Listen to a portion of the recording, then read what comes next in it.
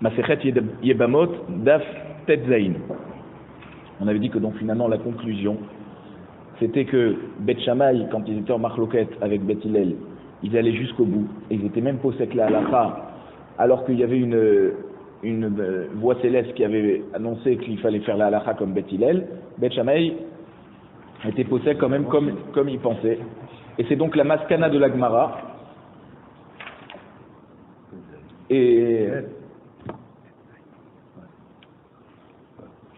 donc on voit que l'avis qui pensait que Beth Shammai n'était pas allé jusqu'au bout et s'alignait finalement sur Beth Hillel, il a été finalement rejeté cet avis, et donc on a conclu que Beth Shammai était posek la halakha comme son propre avis et pas comme Beth Hillel. La Gemara nous dit Goufa, troisième ligne. Bimé Rabbi Dosa ben Arkinas Hetirut Sarat Habat la Achim. Donc, à l'époque de Rabbi Dosa ben Arkinas, on a autorisé à faire iboum la Sarat Habat la Achim. Donc, on va dire la concubine. La concubine, la concubine, c'est pas un mariage. Alors là, c'est un vrai mariage, mais c'est la deuxième femme de quelqu'un qui est marié avec la fille d'un des frères qui est niftar sans enfant. Et Chachamim ont pensé que ça venait de Rabbi Dosa ben Arkinas, puisque c'était à son époque qu'on a décidé ça. Ve'aya d'avoir caché la Chachamim. Chachamim avait du mal à dire que la halakha n'est pas comme lui. Pourquoi? Mipnei chez Chacham Gadol Haya. Parce que Rabbi Dosa ben Arkinas était un très grand ami de Chacham. Et ils avaient du mal à dire que la halakha n'était pas comme lui.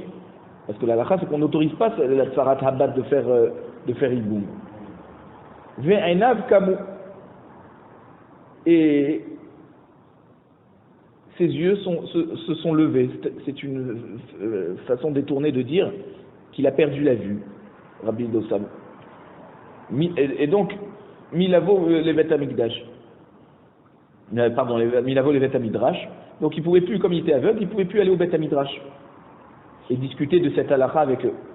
Amrou, mi elech veyodio. Alors Chachamim, ils se sont réunis, ils ont dit, mais qui c'est qui va aller chez lui à la maison pour lui dire qu'on ne fera pas la halakha comme lui, et que la halakha est comme Beth Hillel, qui interdisent Sarat Erva au Iboum. Amar l'aime Rabbi Yoshua ani elech. Rabbi Yoshua a dit, j'y vais, je me propose à y aller. Ve'acharav mi Rabbi Elazar ben Azaria. Qui c'est qui est parti après, qui suivait Rabbi Yoshua?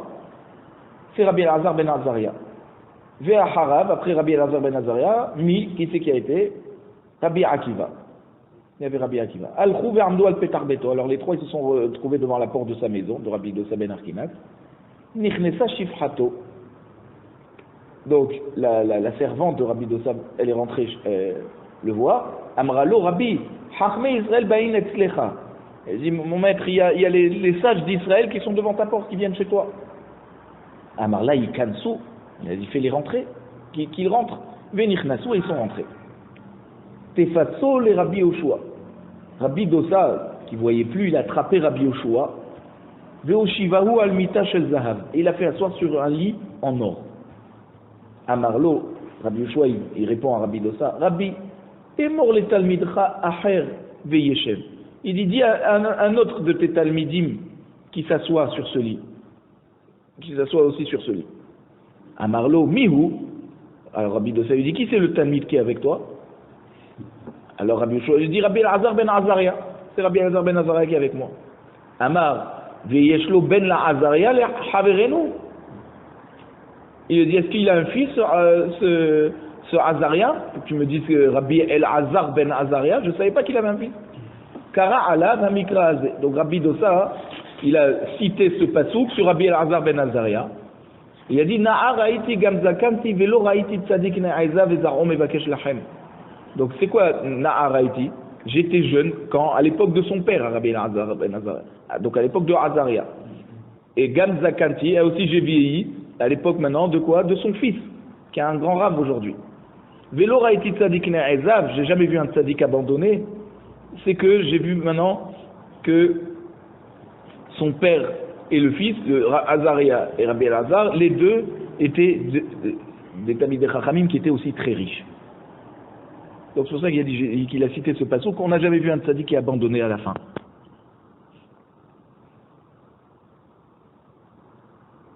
Tefaso, donc maintenant Rabbi Dosa il a attrapé Rabbi Elazar ben Azaria, Veoshishvo al Mitashazave, il a fait asseoir aussi sur ce lit, sur ce sofa en or. Amarlo, Rabbi Yoshua il dit à Rabbi Dosa, Rabbi, est mort les Talmidcha acher veyeshev. Il y a encore un autre Talmid qui est là, dis-lui aussi de s'asseoir. Amarlo, mais où, qui c'est celui-là? Rabbi Yoshua il lui répond, Akiva ben Yosef. Donc Rabbi Akiva, le fils de Yosef. Amarlo, Ata ou Akiva ben Yosef chez Shimcha olech misof haolam ve'ad sofo. Il dit, c'est toi, Akiva ben Yosef, que ton nom fait le tour du monde. Tellement on a entendu parler de toi.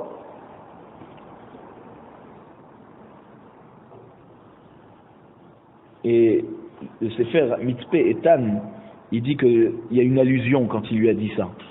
C'est que Misof haolam ve'ad sofo, c'est Gematria 564. Et 564, c'est le nombre de fois où Rabbi Akiva est mentionné dans tout le Shas. C'est pour ça qu'il lui a dit comme ça.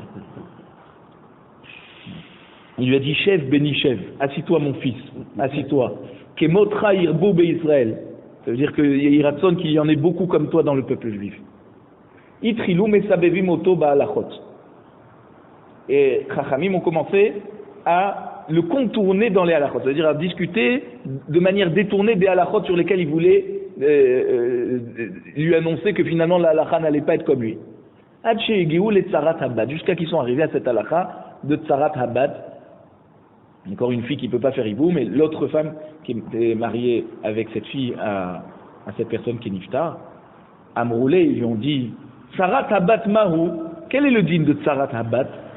Amar Lahen, Rabbi Dosa leur a répondu Machloket Bet Shammai ou Bet Hillel. C'est une machloket entre Bet Shammai et Bet Hillel. Alors ils ont poussé un peu plus loin, ils ont dit Halacha ke divremi, et la halacha est décidée comme qui? Amar Lahem Halacha ke Bet Hillel.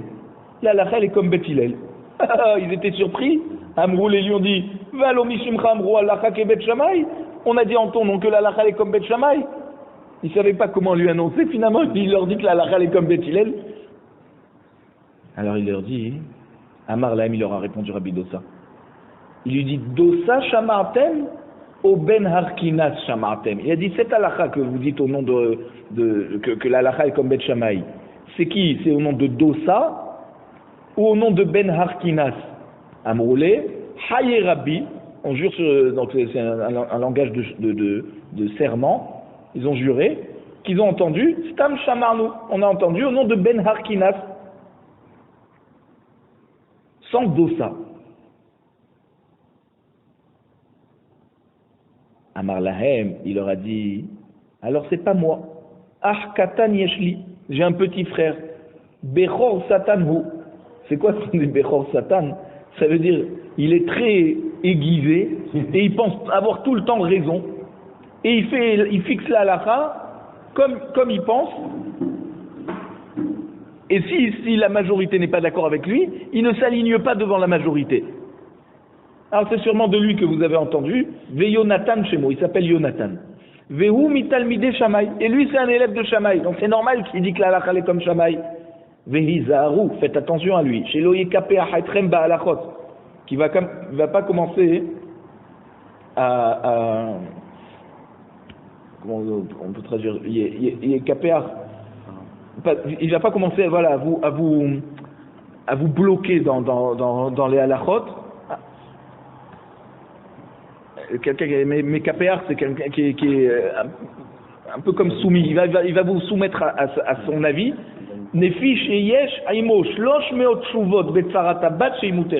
Parce qu'il a 300 réponses à vous donner pour la raison pour laquelle il a été posé comme Bet Shammai, que Tsarat Habat elle a le droit de faire le hiboum. Imaginez. Et il termine Rabbi Dosa ben Harkinas, il leur dit Aval, mais toute son intelligence et toutes les réponses qu'il a, ça ne suffit pas pour que moi je m'aligne sur mon frère. Mais Aïdani alay shamaim va'aret, parce que moi, le ciel et la terre peuvent témoigner sur ma personne. Chez Almedocha, zo yashav Haggai Hanavi. C'est-à-dire que sur ce pilon s'est assis le prophète Haggai, Ve'amar shlosha dvarim. Et il a dit 3 halachot, Tsarat habat asura. La première halakha qu'il a dit, c'est que Tsarat habat, elle n'a pas le droit de faire hiboum. Et c'est quoi les autres halakhot qu'il a dit? C'est d'autres sujets, mais on va les donner. Amon ou Moab me'aserin ma'aser ami bashvi'it. On dit qu'une autre halakha, c'est que Amon et Moab, ils font pendant l'année de la 7e année, parce que ils vont prélever, au lieu du Maaser Sheni, ils vont prélever Maaser Ani pour le pauvre. Parce que normalement, la première, la 2e, la 4e et la 5e année de la Shemitah sont Chayavim de Maaser Sheni. Et les fruits de l'année, de la 3e année, de la 6e année, sont Chayavim de Maaser Ani. Maintenant, la 7e année, on fait quoi? On n'est pas tour de Trumot ou Maasorot, parce qu'on n'est pas censé s'occuper de la terre pendant la Shemitah. Donc, tout ce qu'on a dans les terrains sont Hefker. Et quand c'est Hefker, on n'est pas Chayav de Trumot ou Maasorot. Mais ça, c'est seulement en Eretz Israël. Amon ou Moab, qui sont de l'autre côté de la frontière d'Eretz Israël, qu'est-ce qu'on fait la 7e année? Maaser Sheni ou Maaser Ani? Il est dit Maaser Ani. D'accord?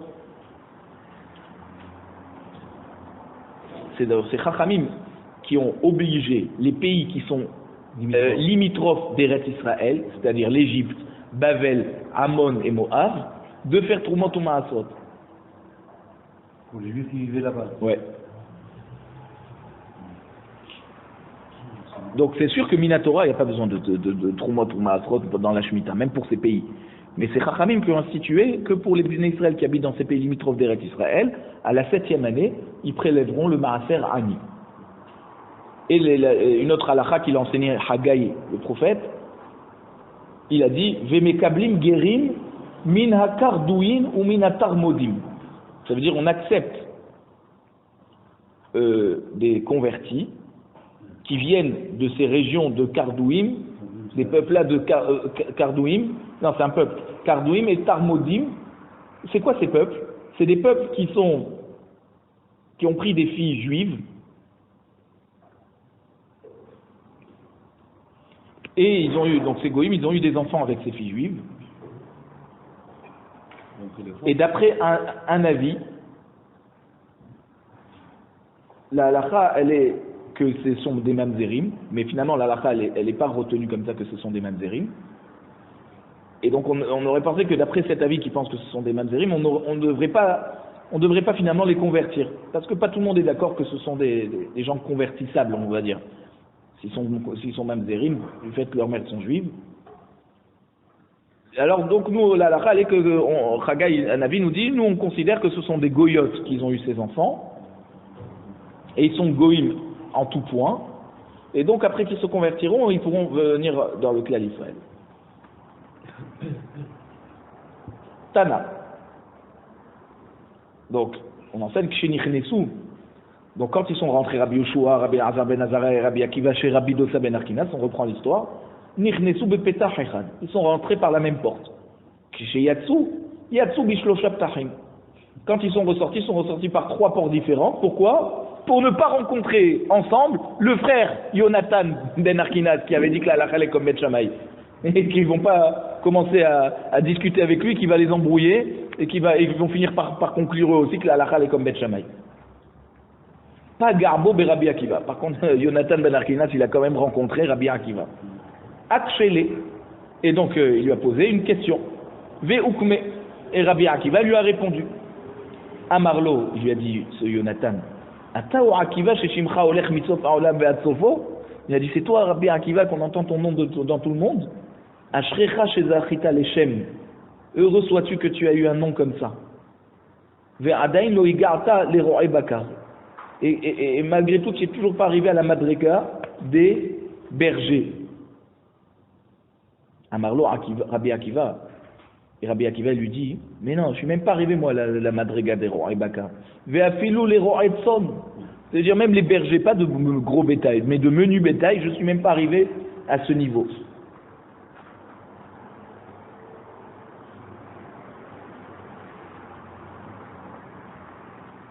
Non, c'est des choses qui sont pleines d'allusions. Hein. Ben oui, de qui il parle d'Israël, voilà. et même les grands, jamais les grands, les gros bétail, même les Chachamim, il n'est pas. Il était très hanav. Ça. Alors on raconte qu'à propos de la deuxième halakha qui a été dite au nom du prophète Haggai, sur Amon ou Moab, Me'aserin Ma'aser Ani Bashvit. Amon Moab, il prélève le Ma'aser Ani pendant l'année de Shemitah. D'où on sait. Il a expliqué comme ça. Beaucoup de villes ont été conquises par ceux qui sont montés de Mitzrayim. D'accord? Ceux qui ont, donc avec Yehoshua, qui ont conquis Eretz Israël. Vélo Kavshu Ole Bavel. Par contre, ceux qui sont remontés de Bavel pour reconstruire le deuxième temple à l'époque de Ezra, eux, ils n'ont pas conquis toutes ces villes. En Eretz Israël, quoi. Et c'était quoi ces endroits qui n'ont pas été? C'était Amon et Moab. Amon et Moab ont été conquis par Moshe, puisqu'il a fait la guerre à Sihon. Mais ceux qui sont remontés de Bavel, ils n'ont pas reconquis Amon et Moab. Vekdusha Rishona Kidcha le Sha'ata. Donc ça veut dire un territoire qui a été sanctifié par ceux qui sont montés d'Égypte. Alors il a été sanctifié pour une période. Les Sha'ata, c'est-à-dire tant qu'ils sont dessus, sur ce territoire, c'est un territoire Kadosh. Vélo Kidcha le Atid Lavo. Mais il n'est pas sanctifié pour l'avenir. C'est-à-dire lorsqu'ils ont quitté Eretz Israël après la destruction du premier temple, la Kdusha de Amon et Moab est partie.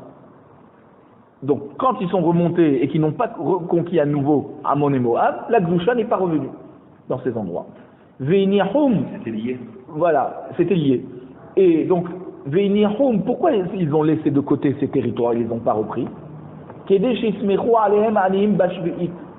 Ils ont fait exprès pour que les pauvres d'Eretz Israël, pendant l'année de Shemitah, qui n'ont plus de terrain, ils n'ont plus de récolte, d'accord, tout est Efker, alors ils pourront toujours aller se réfugier à Amon et Moab pour trouver de quoi manger là-bas. C'est pour ça que exprès ils n'ont pas conquis ces territoires, pour ne pas que ces territoires soient obligés aussi de faire la Shemitah.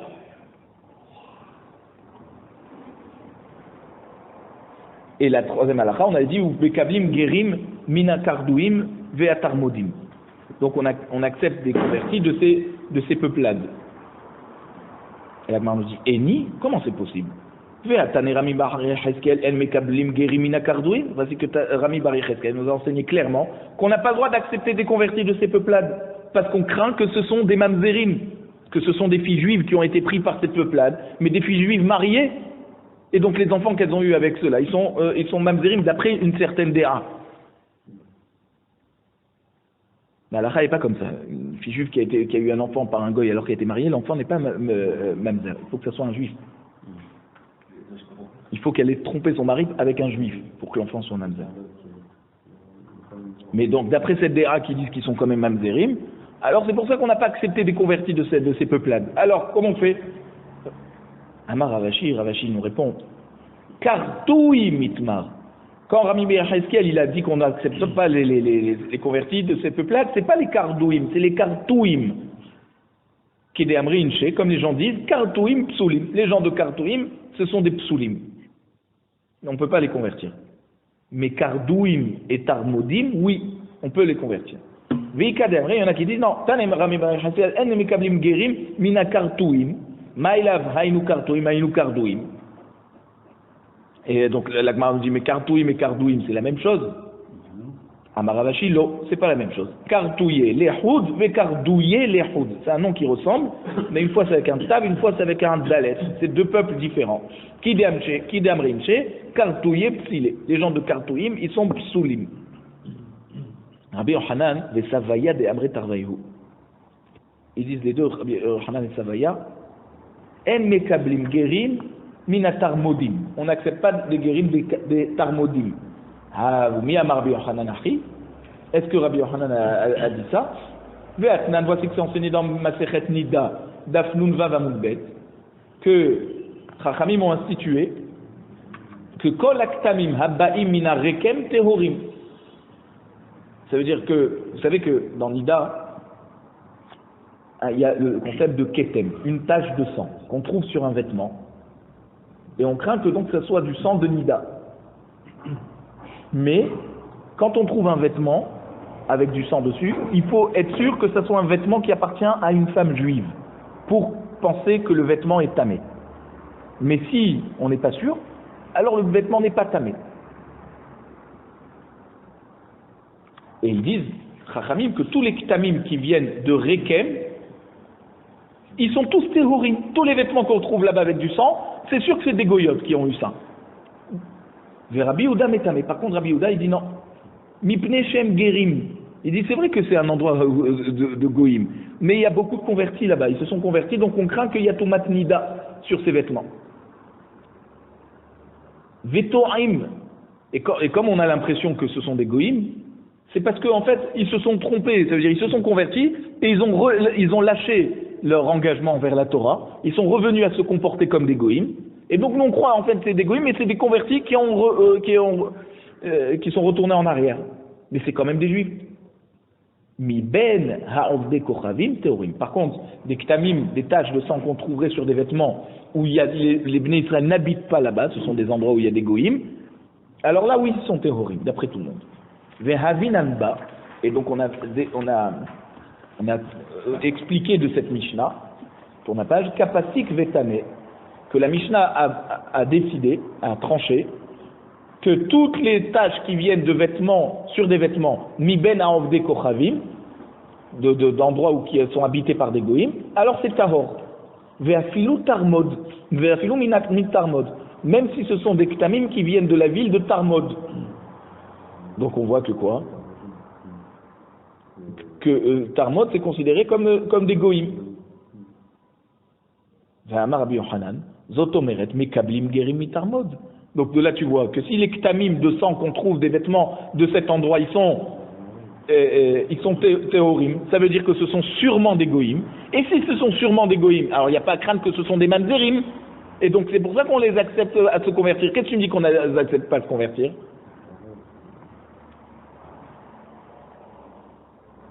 Alors la Gemara nous dit, Vechitema zot, si tu voudrais me dire que Rabbi Yochanan a seulement dit zot omeret, ça veut dire que d'après ce que la Mishnah nous dit, mais c'est pas son avis personnel, velos virale, lui il n'est pas d'accord avec ça, on ne peut pas dire comme ça. Ve'amar Rabbi Yochanan alacha ki stam Mishnah, Rabbi Yochanan nous a enseigné que quand on a une marloquette, la halacha elle est comme la Mishnah, la stam Mishnah, quand il n'y a pas de nom, d'accord, il y a plusieurs chitotes, et il y a une Mishnah qui ne nous donne pas de nom, c'est que la halacha elle est comme cette Mishnah. Donc ça veut dire que quoi? Que la Mishnah nous dit qu'on accepte des guérim de ces endroits, alors c'est qu'il est possède comme ça. Amoraïm, la Gemara nous dit, ok, c'est une marloquette Amoraïm, ve'aliba de Rabbi Yochanan.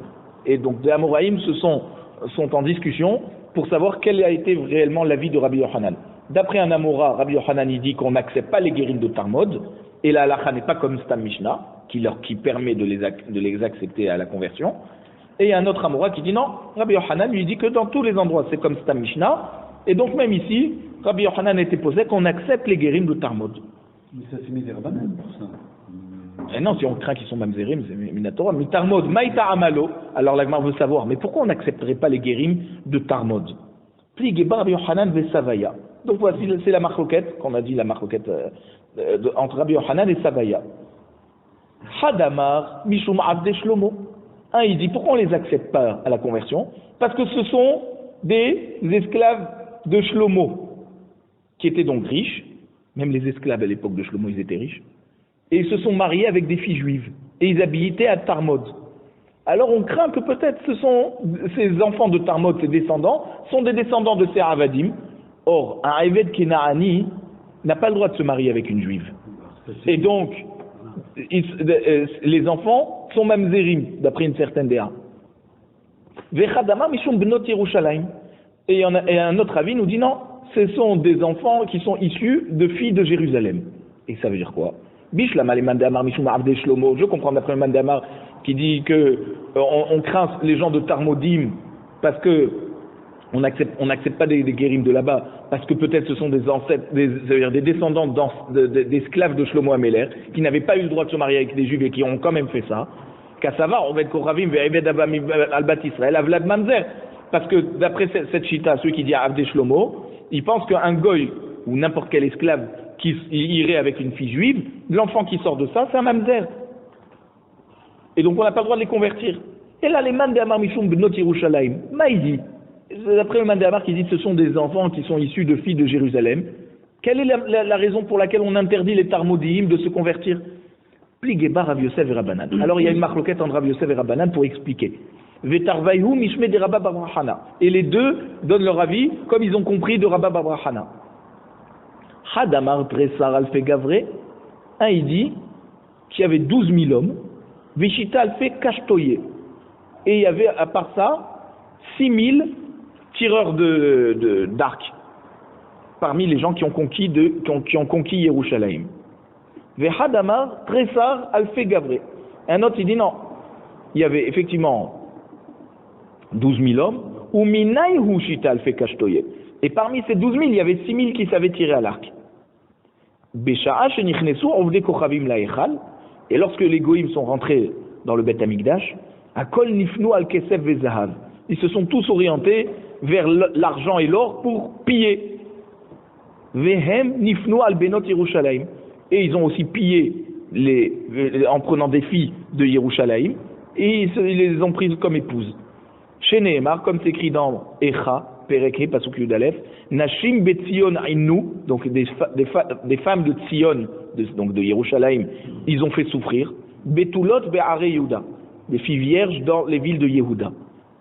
Donc d'après cette chita, un goy qui va avec une juive, l'enfant est mamzer. Donc ces enfants de cette région sont mamzeril. Et comme ils se sont ensuite installés, ces gens-là, ces soldats goïm qui ont conquis Yerushalayim, ils se sont installés ensuite à Tarmod et ils se sont mélangés avec des goïm là-bas, alors on n'accepte pas les convertis de là-bas. Ça, c'est les raisons, c'est ça Benot Yerushalayim. Alors, puisque tout à l'heure on avait cité le pasuk Na'ar Haïti Gamzakanti, alors Amar Rabbi Shmuel bar Nachmani Amar Rabbi Yonatan.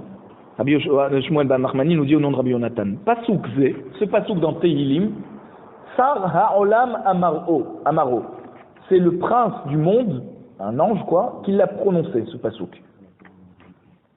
Donc ce qu'on dit dans Tehilim, Tehilim Pereklamet Zain pasuk café, Na'ar Haïti Gamzakanti Man Amre. Alors l'Agmar nous dit, c'est sûr que c'est lui qui l'a dit, parce que sinon qui c'est qui l'aurait dit ce pasuk? Il imakut Shaberichu. Si tu voudrais dire que c'est Akadosh Baruch Hu qui a dit ce pasuk, Mi Kazikna Kame, est-ce que Akadosh Baruch Hu vieillit pour dire j'étais jeune et j'ai vieilli? Ve'ela David Amre. Alors si tu vas me dire peut-être c'est David Ameler qui dit ça. Mi Kashish Kulehai, est-ce qu'il a réellement vieilli lui? Il est niftar à 70 ans le pauvre. Il a pas vraiment vieilli pour pouvoir dire j'étais jeune et j'ai vieilli. Et là, Shma Mina Sarah en la mamaro. Donc Rabbi Yonatan dit, il faut comprendre que c'est un malach qui l'a dit. Alors,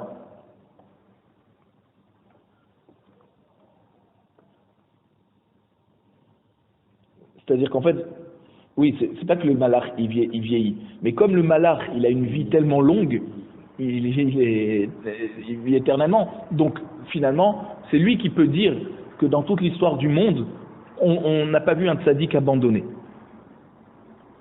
Ve'amar Rabbi Shmuel bar Nachmani amar Rabbi Yonatan. Donc c'est toujours Shmuel bar Nachmani non Rabbi Yonatan. Maï dirtiv, c'est quoi le sens du pasuk dans Megillat Echa Perek Aleph pasuk Yud? Yado parat tsar al kol mahamadea. Qui c'est ce tsar? Ze Amon ou Moav. Donc celui qui a fait du mal, c'est Amon et Moav. Besha'ash nichnesu ovde kochavim laechal. Au moment où ils sont rentrés dans le Beth Amikdash pour piller, Akol nifnu al kesef vezahav.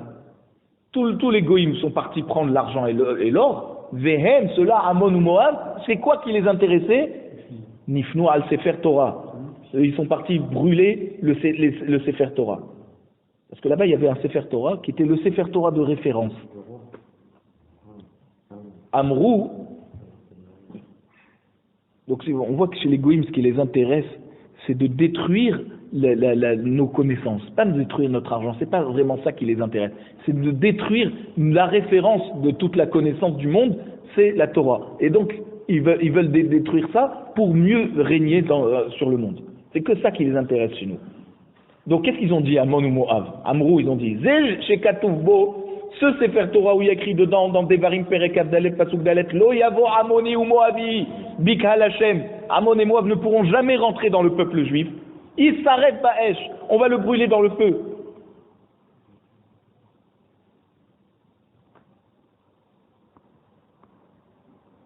C'est ça, Yado Parasar Alkol Mahamadea. Mahamadea, c'est tout ce qu'on désire. C'est pas l'argent et l'or. C'est sur la Torah. Ils sont venus prendre ça pour se venger de ce qui avait été écrit dans la Torah contre eux. Pour ouvrir la porte de la permissivité. Alors on continue dans Echa, toujours Perek Aleph, Pasuk Yud Zayin cette fois. Siva Hashem le Yaakov Sevivav Tsarav. Qu'est-ce que ça veut dire? Il a ordonné à Yaakov Sevivav, Tsarav, donc tous les ennemis autour de Yaakov. Amar Rav, il explique comme ça. Kegon Humania. Donc les goïms qui habitent dans un endroit qui s'appelle Humania, et ils font du mal, les Fum Nahara, ils font du mal aux Bnei Israël, c'est-à-dire ils entourent les Bnei Israël qui sont à Fum Nahara, c'est-à-dire c'est un endroit qui est à côté de chez eux, et c'est des endroits qui sont sur les territoires de Ammon, et comme ils étaient des mauvais voisins au peuple juif, à Yerushalayim, quand ils se sont installés autour de Yerushalayim pour la conquérir, alors pareil, Hachem a fait qu'ils vont entourer les Bnei Israël, même dans les endroits de Galout. Et donc c'est ça la kavana du pasuk, que Akadosh Baruch Hu a ordonné à Yaakov que même ses ennemis qui étaient autour de lui à Yerushalayim, ils continueront à lui faire du mal en Galout. C'est ça le tikkun de la Galout apparemment. Amar Rav Yehuda, Amar Ravasé. Rav Yehuda nous dit au ordre Ravasé. Oved kochavim shekidesh bazmanazé, un goy qui donnerait des kiddushim à une jeune fille juive, aujourd'hui, chosheshin et kiddushim. On craint quand même ces kiddushim. Même qu'un goy ne peut pas donner de kiddushim. Pourquoi on craint? Shema me'aseret ashvatim, parce que peut-être c'est un descendant des 10 tribus qu'on a perdues, et que c'est un juif.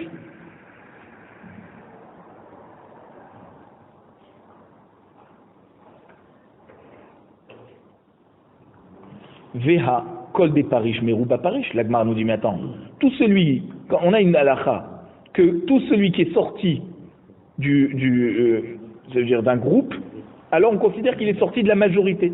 Or, la majorité des gens du monde, ce sont des goïms. Donc, pourquoi on craindrait que celui-là, ce goï qui lui donne les kiddushim, il descendrait, il serait juif? Il n'y a pas de hazaka qu'il est juif. S'il vient de la majorité, donc il vient des goïms. L'Agmar nous dit non. Bedurta de Kvire. Quand c'est qu'on dit qu'on va d'après la majorité et qu'on dit que donc c'est un goy, c'est donc quelque chose qui était poresh, qui est sorti de son endroit kavoua. Mais quelque chose qui est kavoua dans son endroit. Et donc là, c'est pas parce qu'il est sorti de son endroit qu'on se pose la question. Il est dans son endroit, alors on ne peut pas aller d'après la majorité. Parce qu'on a la règle que kol kavoua, ke mersal mersadame. C'est-à-dire on a un goy devant nous, il y a une chance sur 2 en fait qu'il soit juif. Même si la majorité des gens dans le monde sont goyim, mais comme ils sont fixes par rapport à leur endroit, ce sont leurs endroits, alors on a un clal de kol kavoua, de mersal mersa. Et c'est pour ça qu'on craint qu'il y a une chance sur 2 que ce soit un descendant des 10 tribus perdues. De Amar Rabbi Abba bar Kahana. Ce que Rabbi Abba bar Kahana nous a dit à propos des 10 tribus qui sont parties en exil, ça c'est dans Melachim Bet, Perek Yutret, Pasuk Yud Aleph, il y a écrit Vayagel Melech Ashur et Israël Ashura, donc le roi de Ashur a envoyé en exil les Bnei Israël à Ashur, Vayanahem Bachlach, ou Bechavor, Nehar Gozan, Ve'are Madai, il les a envoyés dans tous ces endroits. Alors c'est quoi? Halach, Ve'halzon. C'est une région qui s'appelle Hazol. Vechavor, Zo Hadiab. Nehar Gozan, Zo Gimzak.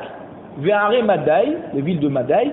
Zo Hamadan, Ve'havrotea. C'est-à-dire Hamadan et les villes qui autour de cette grande ville. Ve'amrela, il y en a qui disent, c'est quoi Are Madai? Zo Nihar, Ve'havrotea. C'est la ville de Nihar et les villes autour. C'est une symbolisme, ça dit, non? Et donc,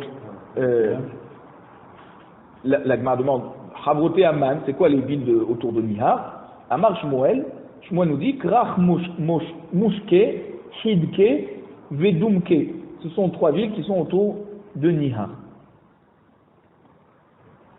Amar Rabbi Yochanan Bekulan Nitsol. Et Rabbi Yochanan nous dit, tous ces endroits, on craint que les gens qui sont là-bas, ce sont des juifs mamzerim, parce que ce sont des gens qui se sont mélangés avec les 10 tribus, avec donc les 10 tribus avec des goyotes.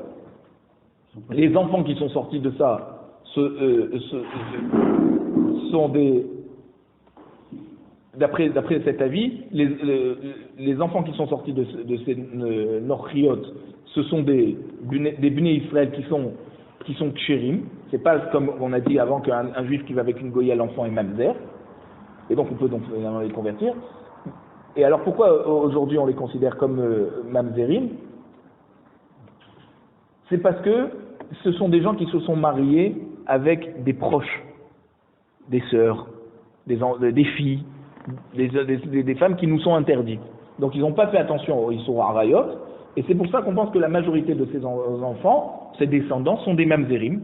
Et donc un mamzer qui donnerait des kiddushin à une juive, même qui n'a pas le droit de se marier avec elle, on craint quand même que les kiddushin sont tofsim, et donc on nécessite un guet.